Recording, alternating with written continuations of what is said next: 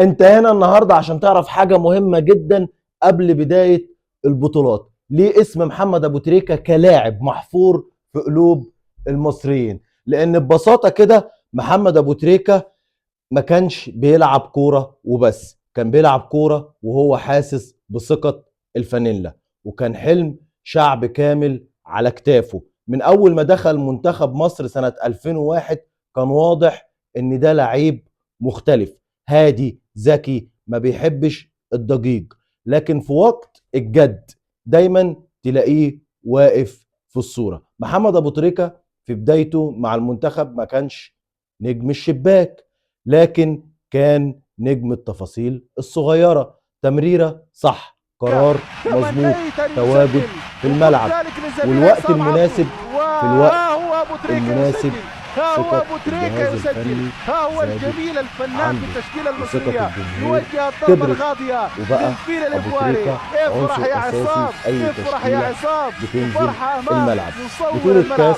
الأمم والكورة. الأفريقية 2006 كان نقطة التحول الحقيقية. مصر بتلعب على أرضها والضغوطات كانت كبيرة، لكن أبو تريكة لعب بهدوء الكبار. أبو تريكة بقى ما كانش بيجري كتير في الملعب، لكن اللمسة كانت محسوبة عليه، لمسة كده من اللي هي بقى إيه، كل تمريرة كانت بتتخلق بفرصة، وكل تسديدة كانت بتقلق أي دفاع.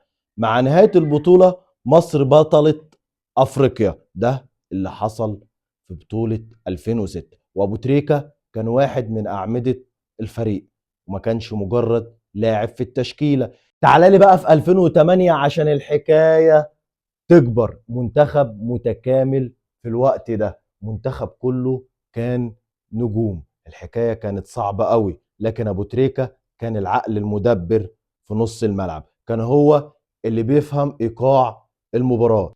كان بيهدي اللعب، لكن كان لازم يسرع رتم اللعب في الوقت الصح. كان لعيب يا جماعة حكاية، كان متكامل بمعنى الكلمة. أبو تريكة ده كان حدوتة في 2008، ورغم ان النجوم دي كلها، لكن برضه في النهائي 2008 قدام الكاميرون كانت لحظة ما تتنسيش. كرة جاية، لمسة هادية، تسديدة في الشباك، هدف ما كانش مجرد هدف، لكن التتويج كان لجيل كامل. ومرة تانية مصر بطلة أفريقيا، وأبو تريكة عمره ما كان لاعب صوته عالي خالص، وكان بيحب الأضواء، بس داخل الملعب كان قائد حقيقي، بيشجع زمايله، يلم الفريق، يشيل المسؤولية من غير ما يتكلم كتير. عشان كده اللعيبة كانوا واثقين فيه جدا، والجمهور كان مطمن وهو في الملعب، وده طبيعي.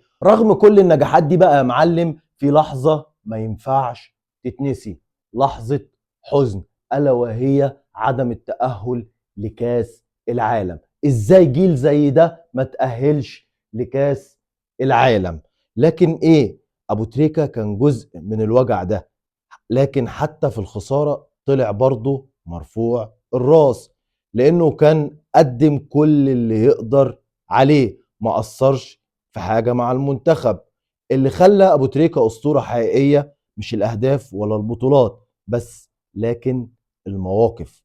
كان دايما لاعب صاحب رسالة. تعال لي بقى يا معلم اقول لك اللي خلى ابو تريكة اسطورة حقيقية، مش الاهداف ولا الالقاب ولا كل اللي احنا بنقوله ده، هو اللي خلاه اسطورة كلاعب عند المصريين.